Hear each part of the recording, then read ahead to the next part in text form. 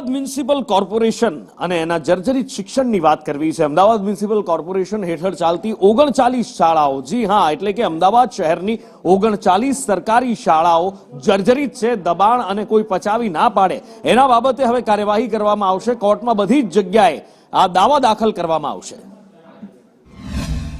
આવી જે જર્જરિત મકાનોવાળી શાળાઓ છે જે આપણે સ્થળાંતર કરી છે અને મકાનો જર્જરિત હાલતની અંદર પડ્યા છે, જેની અંદર પણ મ્યુનિસિપલ સ્કૂલ બોર્ડનો ભાડવાતનો હક છે એ પોસાય છે, વર્ષો જૂનો ભાડવાત હક પોસાય છે। એ જગ્યાઓની અંદર કોઈ બિનકાયદેસર રીતે પ્રવેશ ન કરી શકે, કોઈ બિનકાયદેસર બાંધકામ ન કરી શકે, એનો કોઈ પણ પ્રકારે અન્ય વ્યવસાયિક ઉપયોગ ન થાય, કારણ કે શૈક્ષણિક હેતુ માટે મ્યુનિસિપલ સ્કૂલ બોર્ડને ભાડે મળેલી આ જગ્યાઓ છે।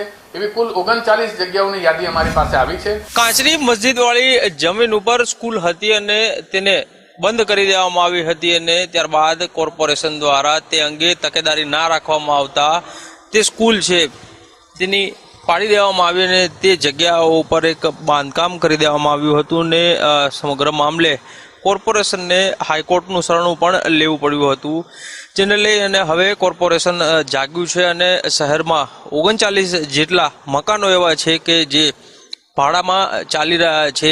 એ 39 સ્કૂલો જે હતી તેને અન્ય જગ્યાઓ ઉપર ખસેડી દેવામાં આવી છે, કારણ કે જે હાલના બાંધકામ છે તે જર્જરિત થઈ ગયા છે।